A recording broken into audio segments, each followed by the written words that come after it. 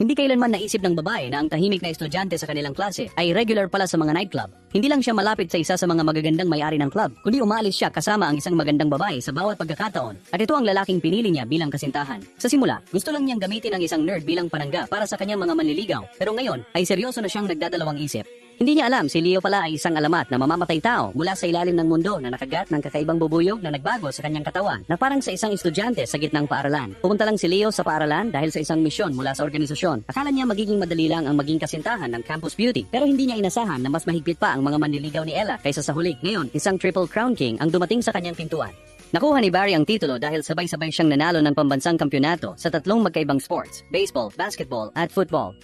Isa lang din siyang estudyante sa gitnang paaralan, pero ang pagdomina sa 3 sports ay sapat na patunay ng kanyang kakayahan. Kahit sa piling ng mga elite na manliligaw ni Ella, ang pisikal na husay ni Barry ay nangunguna. Ang dahilan niya para hanapin si Leo, isang duelo. Sino mang makatalo sa kanya ang magiging kasintahan ni Ella. Yun ang ipinangako ng ama ni Ella. Lumabas na ang tunay na motibasyon ni Barry ay hindi niya matiis si Leo.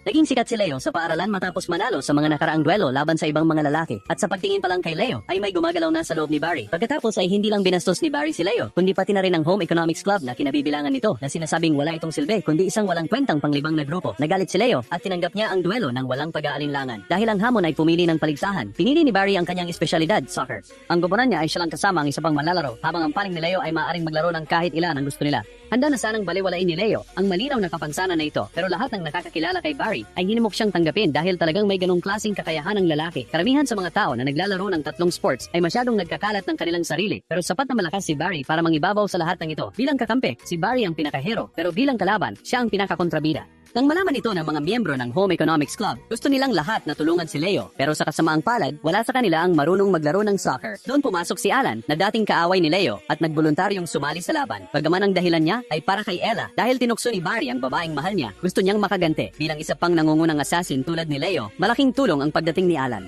Bukod pa rito, may isa pang sumali, isang random na miyembro mula sa Home Economics Club. Hindi sila makakaasa ng marami mula sa kanya, pero sapat na ang kilos na yon. Dumating na ang araw ng duelo na naging labanang 2 laban sa 3. Kung manalo si Barry, magiging fiancé siya ni Ella. Pero kung matalo siya, kailangan niyang humingi ng tawad sa lahat ng miyembro ng Home Economics Club. Pumayag si Barry nang walang pag-aalinlangan dahil hindi niya naisip na matatalo siya.